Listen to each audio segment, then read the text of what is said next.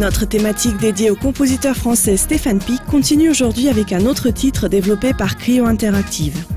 Sorti en 1995, Lost Eden est un jeu d'aventure qui se situe dans une ère où les dinosaures et les humains coexistaient. Sans aucun doute très inspiré par l'ambiance préhistorique du jeu, Stéphane Pic crée ici une musique aux consonances aborigènes et mélange éléments méditatifs, timbres traditionnels et sonorités synthétiques.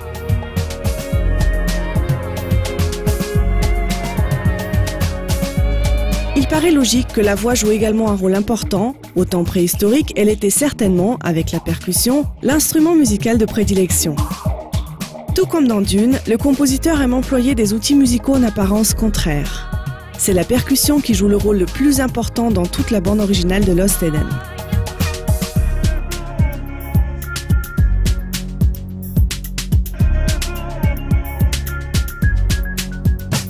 Très variée et diversifiée, la percussion accompagne de manière active chacun des morceaux et offre un contraste dynamique au tapis sonore de synthétiseurs et aux mélodies planantes.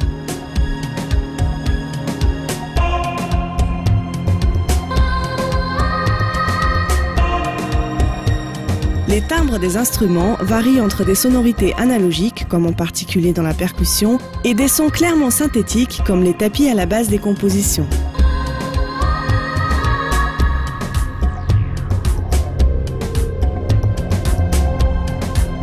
Des petites interventions viennent ensuite ponctuer les morceaux, comme une basse clairement synthétique ici,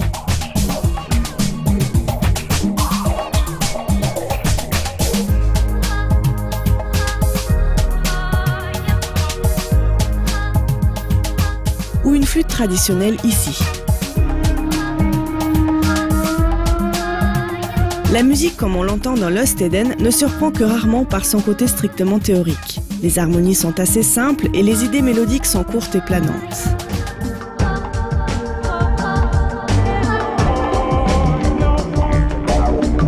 Toute notre attention doit ainsi se porter sur la réalisation instrumentale, rythmique et timbrique de ces compositions.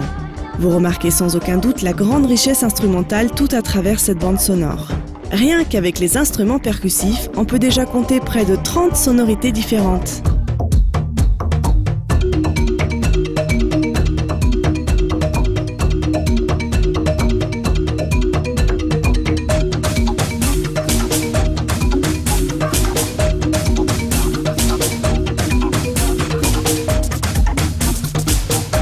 Notez également le grand nombre d'instruments différents qui sont superposés dans les compositions.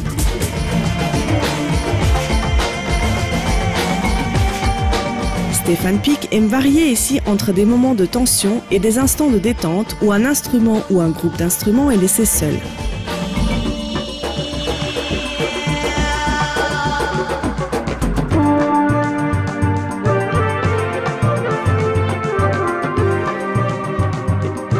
Au niveau des timbres, Stéphane Pic réalise un travail absolument extraordinaire, en jouant avec les harmoniques, les hauteurs et les rondeurs du son.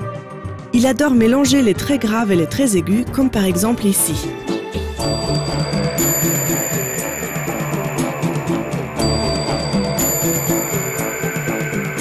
Les sonorités de clochettes, cloches et autres idéophones semblables jouent un rôle prépondérant.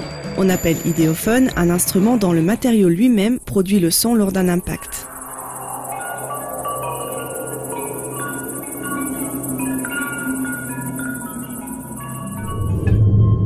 L'essence même du travail de timbre de Stéphane Pic se réunit dans ce morceau.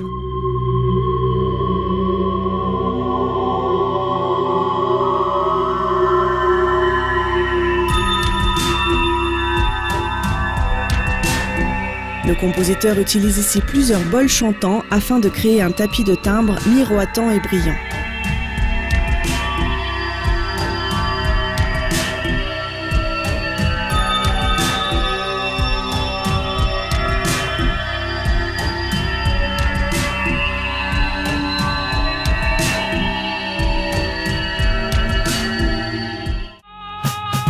Finalement, remarquez que ce qui a ici l'apparence d'une musique planante et parfaitement libre est en fait soumis à une structure extrêmement carrée, presque figée.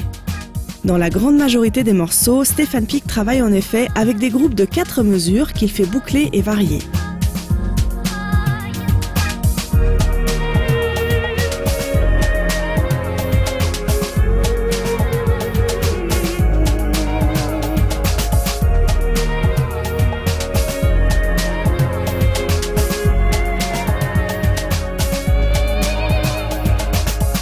Cette structure qui donne aux morceaux leur stabilité demeure cachée à notre oreille grâce aux tapis sonores et aux percussions très régulières et répétitives.